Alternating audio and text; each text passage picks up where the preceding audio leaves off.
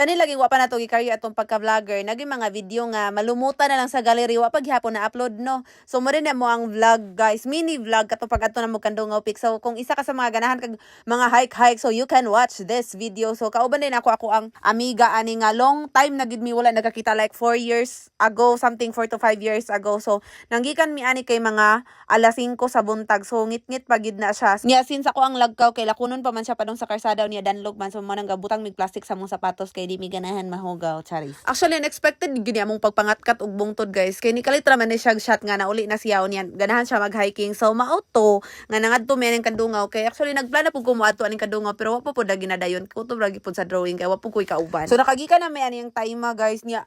As in, ma-enjoy gud ninyo ang view padong didto niya. Nakalimot ko mga 45 minutes raman siguro. Basta kay naghinahinay ra magud pud mi. 45 minutes raman siguro bago mi naabot didto niya. Since naabot mi didto kay sayo pa man kaayo nalipay mi kay wala mi gipabayad og entrance pero pag uli giatangan mi day. Ang entrance fee by the way is 50 pesos only. So barato ra siya guys niya. Kani ni sugod na migsaka ani kaya lang hinahinay ra gid mi kay nagapasiugdan ni ako amiga og kanang so to color hunting. So man nga picture mi duko mi drag unsa nga mga color amo ang makit-an. By the way, based on the study, Kandungaw Peak is 958 meters above sea level. So layo pa gyud siya guys sa kaon. So gi-enjoy ra gyud namo ang moment ani. Grabe mig chika-chika kay for how many years na pud mi wala nakachika niya. Sige mig pahuway ingon ana. So kung nakabantay ka, fresh ra gyud gihapon kay mi wala gyud kay mi paningta diha day.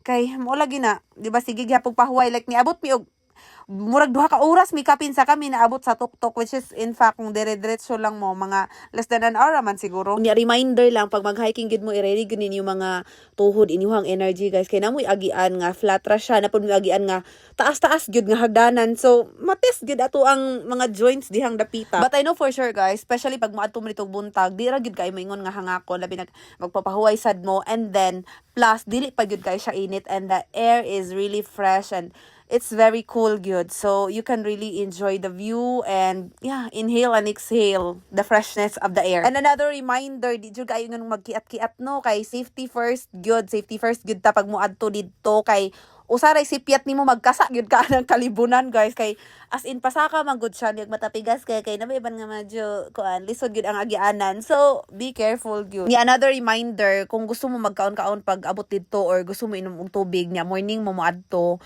labi na og kanang bitaw tingklase kuan gyud pagdalag jud magtubig or mas snack ninyo kay wala jud naninda didto. Pero pagbalik na mo kay ingon man to si ate kay kuan ko no wala man to klase, so naay naninda dito og tubig at least sa kapalit mi. So kanang gyud pagkahay ka na mo ambot na lang gyud unprepared mi sa mga dalonon pero among mind and heart is very ready to hike, charis. So be careful di pud mo ani guys, like pag magpicture gyud mo be careful kay grabe kahabog, like makita ninyo ang katong gilakwan bitaw ninyo nga kanudalan sa ubos, as in grabe gyud kahabog, like sinsilyo gyud imo hang tubol pag mahulog ka diha guys. By the way, dili pag yun ni mao ang Kandungaw Peak. So first spot pa lang ni nga nindot yung picturean. So ang katong Kandungaw Peak, katong na flag bitaw sa babaw. So medyo to ang main nga peak. Pero nice spot good kayo na siya guys. So don't miss the opportunity maka-take mo og picture diha. So mo to hinay na magpasaka sa na gyud main peak or the Kandungaw Peak, and then nice ra pud dira guys kay napud mo kagunitan if in case gikapoy na gyud mo. And still the weather is really cold, that's why wala kaayo mi paningta. And here we go guys, naabot na jud mi sa mismong peak and naami na meet nga 2 ka hikers, which is una pa mi nagikan adto pero mas nauna sila abot kay ingon si kuya naman sila tour guide no nga naday laktod. Naday laktod guys katong moagi mo sa cave, which is kami wa mi niagi sa cave. So sa pikas mi niagi sa left side, mi niagi sila sa right side kay naman ay something mag letter Y sa ubos nga dalan guys. So kana you choose gusto mo moagi sa cave or katong ditong mas nindot pod og view. Pero if moagi mo atong cave, dili mo makaagi atong among picture-picturean nga habog bitaw. So kaning time mga alas 8 kapin na ni, pero guys still the fog is very baga. So mo na nga wala gyud kami makita nga nice nga view, but the fog itself is okay raman pod siya. So wala na mi nagulat nga mo clear up ang sky kay mga 10 or 11 pa man daw. So mao to nga ni proceed na mi atong Sunset Peak, which is at bang rapod na siya sa mismong Kandungaw Peak niya.